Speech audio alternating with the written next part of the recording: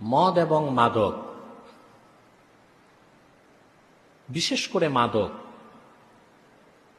একটি ঘাতক নীরব বোমা, যা ধ্বংস করে দিচ্ছে আমাদের যুব সমাজকে, বিপদগ্রস্ত করছে দেশের শিক্ষিত তরুণ সমাজকে।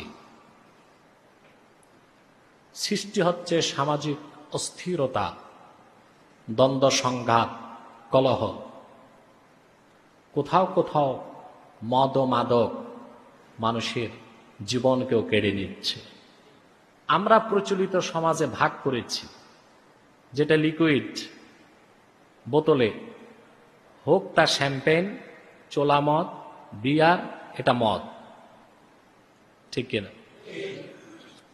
হেরোইন, গাঁজা, আফিম, ভাং, হাশিশ, ইয়াবা, আমি বলতাম আসবে বাবা, চলে আসছে বাবা, ওইটার নাম LSD। শুনেছেন আপনারা?